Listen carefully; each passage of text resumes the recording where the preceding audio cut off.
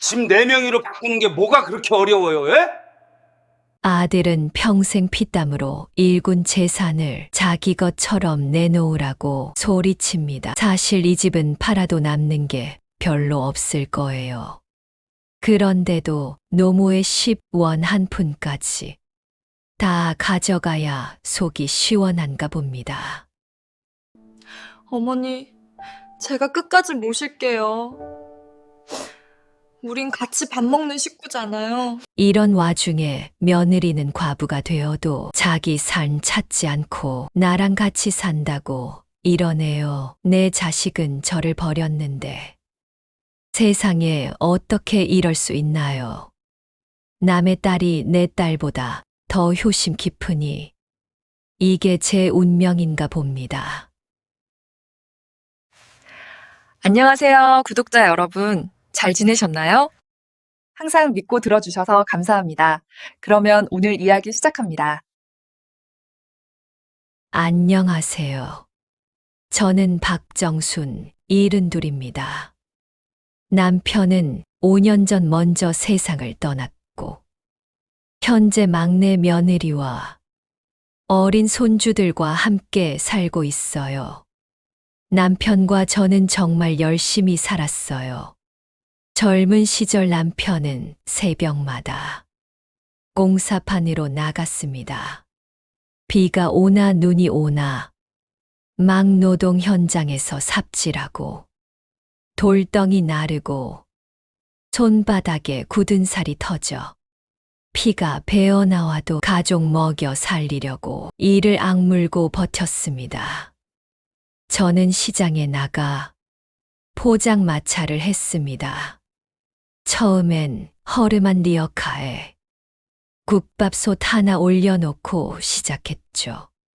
새벽 5시에 나가 밤늦게 들어오고 추운 겨울엔 손이 곱아 국물에 손가락을 담가 녹이며 장사했습니다. 그렇게 번 푼푼을 모아 반지하 전세로 시작했습니다. 월세가 무서워 전세로 옮기는 게 꿈이었거든요. 그 후에도 남편은 공사판에서 저는 시장에서 허리 휘도록 일하며 밥 한 끼도 허투루 쓰지 않고 저축했습니다. 몇 년 뒤 겨우겨우 돈이 모여 작은 주택 하나를 샀습니다. 그 집이 우리 첫 집이었죠. 그리고 운 좋게 맞은 기회로 옆 동네 낡은 집 한 채를 더 사게 되었습니다.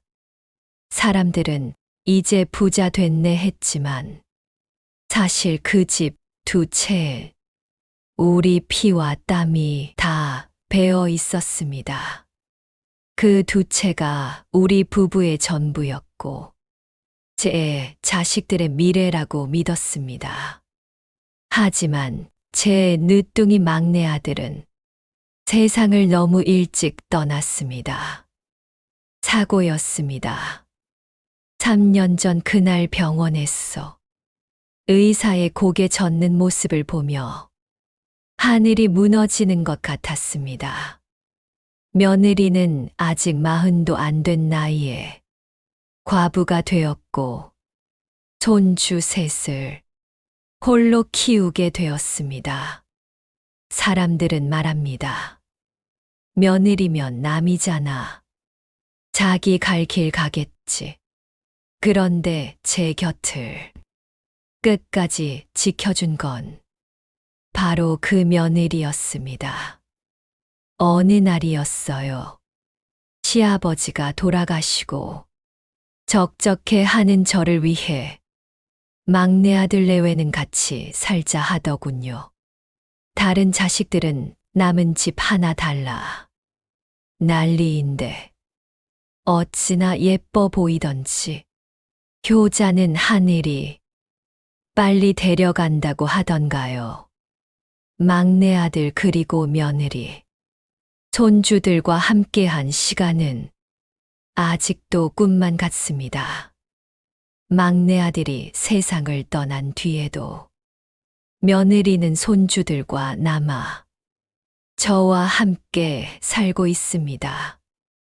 갑자기 젊은 여자가 남자 아이 셋과 시어머니를 부양해야 하는 처지라니 보통 같으면 친정으로 돌아가든 새 삶을 찾든 했을 텐데 그 애는 그러지 않았습니다.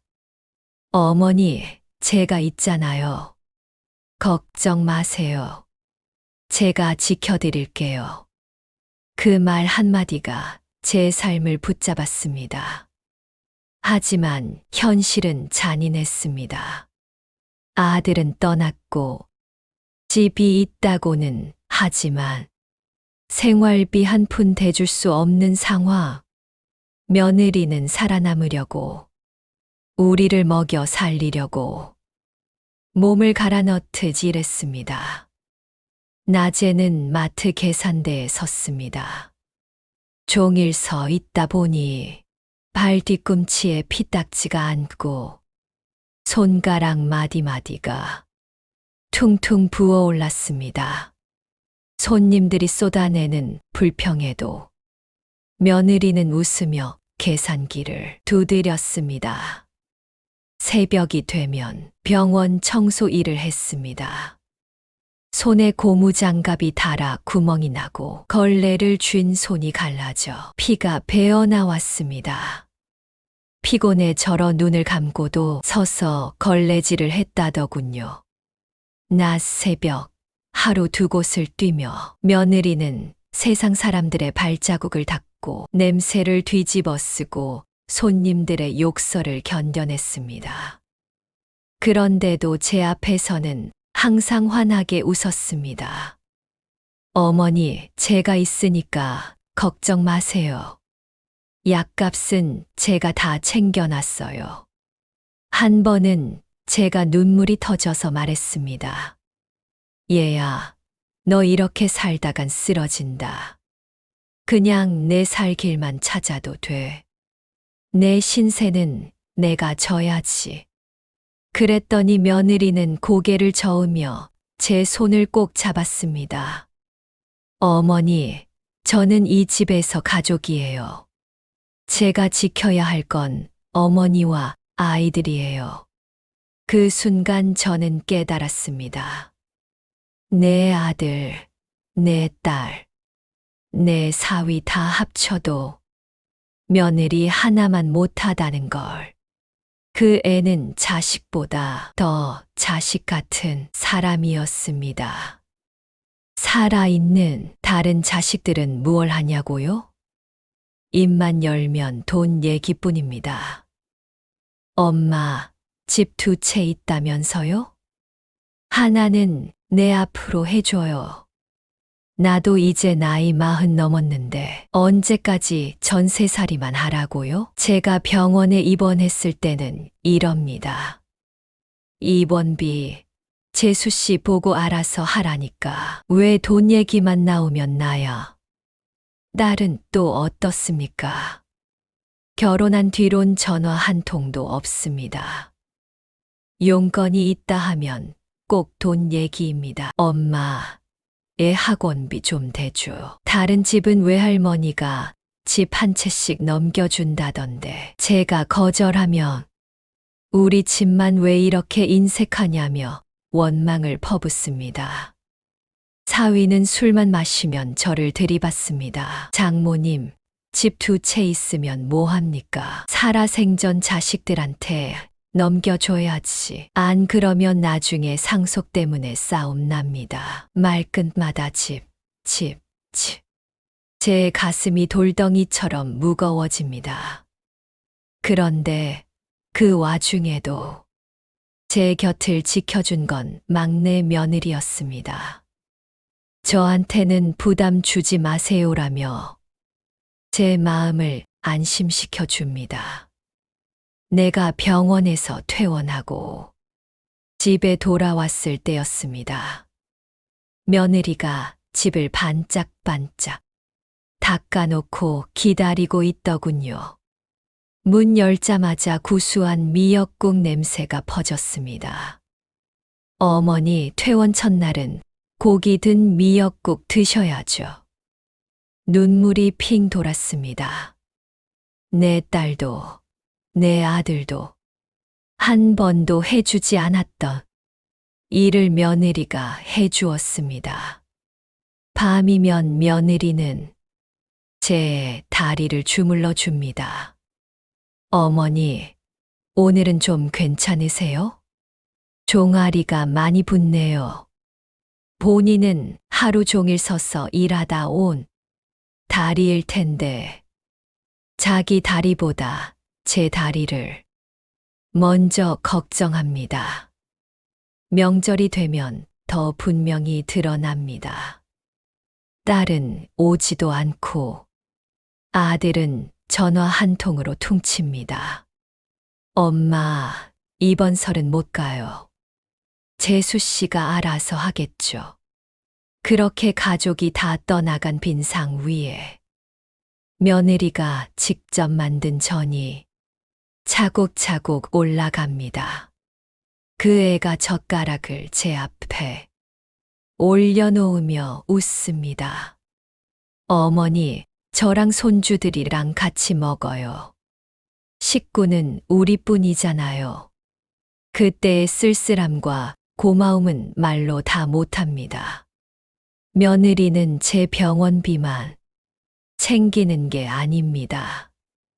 매달 병원 가는 날을 달력에 표시해 놓고 병원비 약값을 나누어 기록합니다. 저는 미안해서 얘야, 너도 애들 키우려면 돈 필요할 텐데 왜 이렇게까지 하니 하면 그 애는 꼭 이렇게 대답합니다.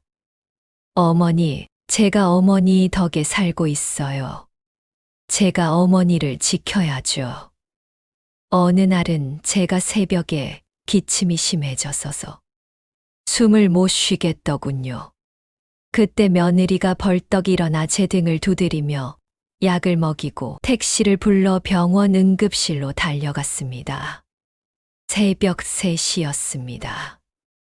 의사가 제 상태를 확인하고 안정을 찾았을 때 며느리 손은 땀으로 흠뻑 젖어 있었습니다. 그 순간 깨달았습니다. 아, 내 생명은 이 아이 손에 달려 있구나. 며느리는 제 생일도 잊지 않습니다. 작년 제 칠순 때 아무도 오지 않은 빈 거실에 조그만 케이크 하나를 놓고 노래를 불러주었습니다. 어머니, 오래오래 사셔야 해요. 저희가 있어야 어머니도 웃으시잖아요. 그 소리에 저는 목이 메어 아무 말도 못했습니다. 손주들이 박수 치며 노래를 따라 불렀을 때 비록 초라한 생일상이었지만 제 인생에서 가장 따뜻한 순간이었습니다. 사람들은 효도는 딸이 하고 제사는 아들이 이어간다 하지만 저는 이제 확실히 압니다. 친자식들은 재산만 노릴 뿐 저를 진짜 가족으로 여겨준 건 며느리뿐이라는 것을. 그래서 저는 요즘 기도합니다. 하늘이여, 저 며느리 건강만 지켜주소서. 저 아이만 있다면 나는 더 살아도 괜찮습니다. 저 아이가 없다면 나는 하루도 못 버틸 겁니다. 그래서 매일 밤 기도합니다.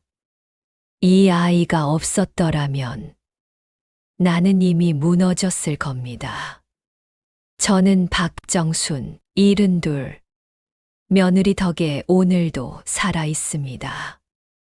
내 생 끝날까지 그 은혜 절대 잊지 못할 겁니다.